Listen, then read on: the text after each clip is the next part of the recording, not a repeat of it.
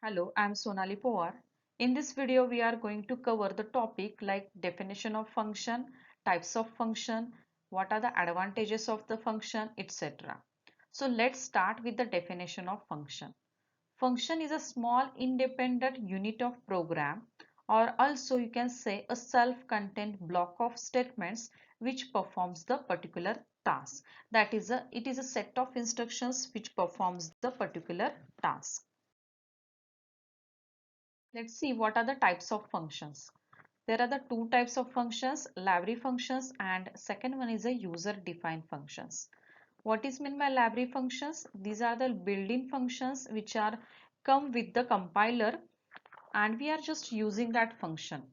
Mostly we are used scanf, printf, and a definition of these functions are written in the stdio.h header file. So we have to include that file when we are using these two functions.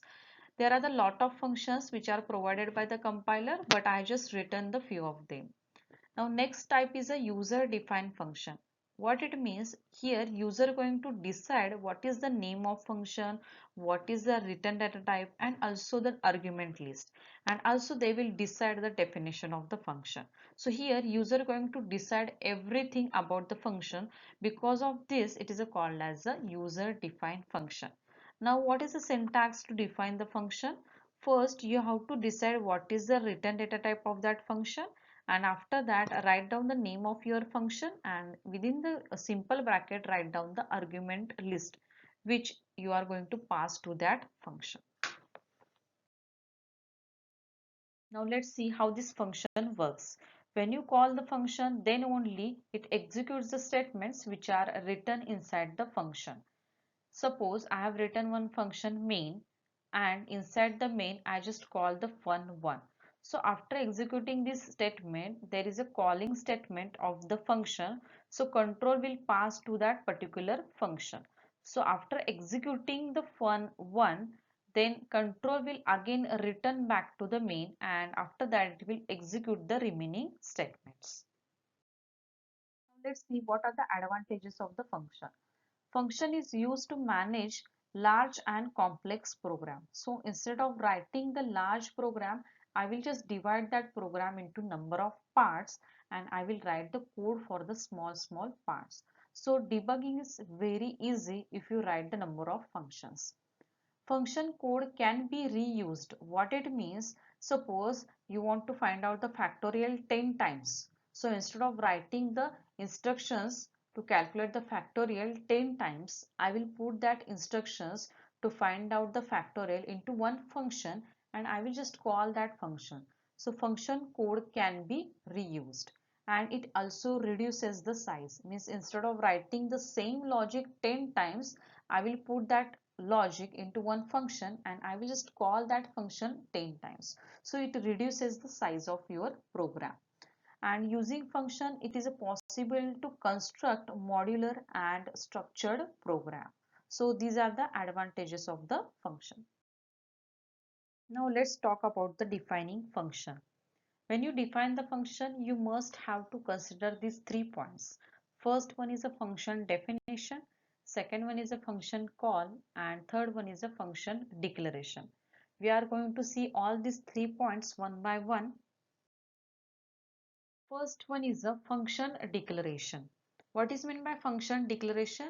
Here we are just telling what is the return data type of my function, what is the name of my function, and what are the parameter list of my function. Here I am not writing definition, or you can say I am not writing the instructions which are present inside that function. I am just telling what is the name of my function, what it written, and what I need to pass to the function. So I'm just talking about that thing. And when you declare the function, always put the semicolon at the end. For example, I have written the three functions here. First one is a mult function. For the mult function, we are passing the two parameters of float type, and this function returns me the float value. And always remember, function can return only one value. So here float is a return data type, mult is a name of my function, and I'm just passing the two parameters of a float type. Next, in the next example, add is a name of function and I'm just passing the two parameters of integer type to the add function. So here add is the name of the function. Now I have not written any return data type here, then by default it is a integer. In the third example, void fun, and in the bracket there are the two parameters, one is of type integer, second is of type character, and always put the semicolon after the declaration. So this is about the declaration. Next point is a function definition. It is also called as a function implementation because here we are going to write the instructions which are present inside the function. I have written syntax over here, return data type, name of the function, and after that write down the parameter list. Don't put the semicolon after this line. And this line is called as a function header. And inside the curly opening and closing bracket, we will write our code, or we will write our statements which are present inside the function. And these instructions or this part is called as a function body.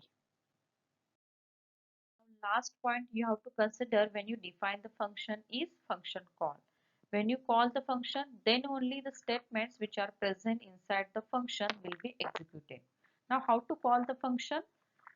Just write down the name of the function and within this simple bracket write down the parameter list which you want to pass to that function. There are the two types of the function call. First one is a call by value and second one is a call by reference. I will put the separate video on this call by value and call by reference. Just remember right now, in the call by value we are just passing the value, and in case of the call by reference we are passing the address of the variable. There are some methods for calling the function such as no arguments and no return value. What it means, there are some function which do not take any argument and also it do not return anything. Second category is with argument and no return value. What it means, there are some function which requires the argument but it will not return me anything. Next category is no arguments but have a return value. It means for such a function, I will not pass anything but it will return me some result.